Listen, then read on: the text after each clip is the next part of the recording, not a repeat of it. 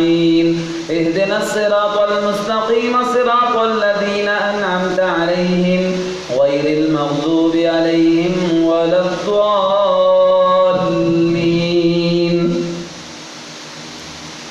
يا أيها النبي اتق الله ولا تطع الكافرين والمنافقين إن الله كان عليما حكيما واتبع ما يوحى إليك من ربك إن الله كان بما تعملون خبيرا وتوكل على الله وكفى بالله وكيلا.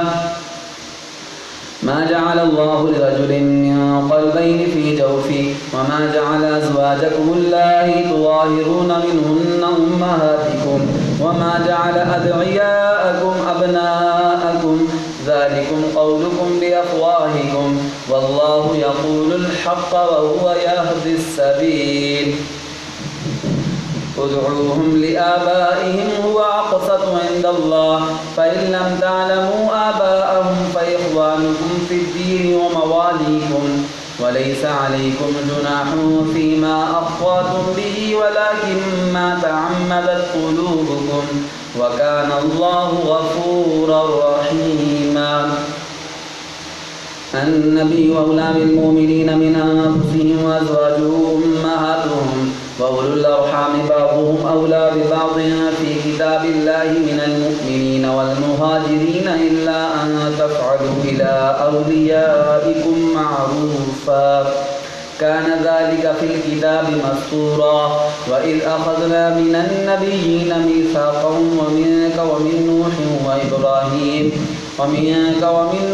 وإبراهيم وموسى وعيسى ابن مريم وأخذنا منهم ميثاقا غليظا ليسأل الصادقين عن صدقهم وأعد للكافرين عذابا أليما. الله أكبر.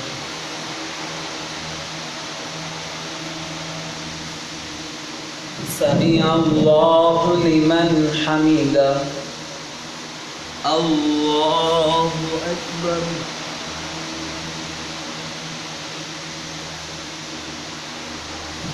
الله أكبر.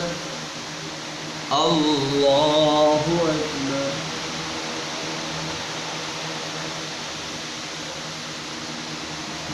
الله أكبر.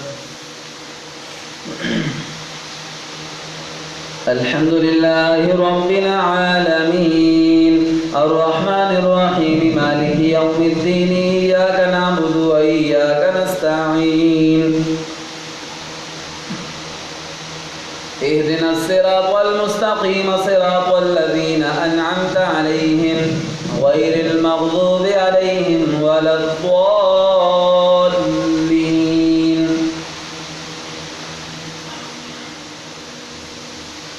يا أيها الذين آمنوا اذكروا نعمة الله عليكم إذ جاءتكم جنود فأرسلنا عليهم ريحا وجنودا لم تروها وكان الله بما تعملون بصيرا. إذ جاءوكم من فوقكم ومن أسفل منكم وإذ زاغت الأبصار وبلغت القلوب الحناجر وتظنون بالله الظنونا هنالك ابتلي المؤمنون وزلزلوا زلزالا شديدا. وإذ يقول المنافقون والذين في قلوبهم مرض ما وعدنا الله ورسوله إلا غرورا. وإذ قالت طائفة منهم يا أهل يثرب لا مقام لكم فارجعوا ويستأذن فريق منهم النبي يقولون إن بيوتنا عورة وما هي بعورة إن يريدون إلا فرارا.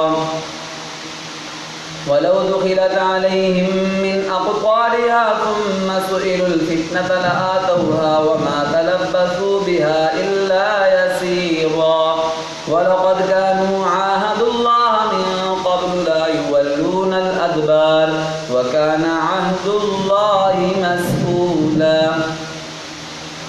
قل لن ينفعكم الفرار إن فررتم من الموت بالقتل وإذا لا تمتعون إلا قليلا. قليلا قل من ذا الذي يعصمكم من الله إن أراد بكم سوءا أو أراد بكم رحمة ولا يجدون لهم من دون الله وليا ولا نصيرا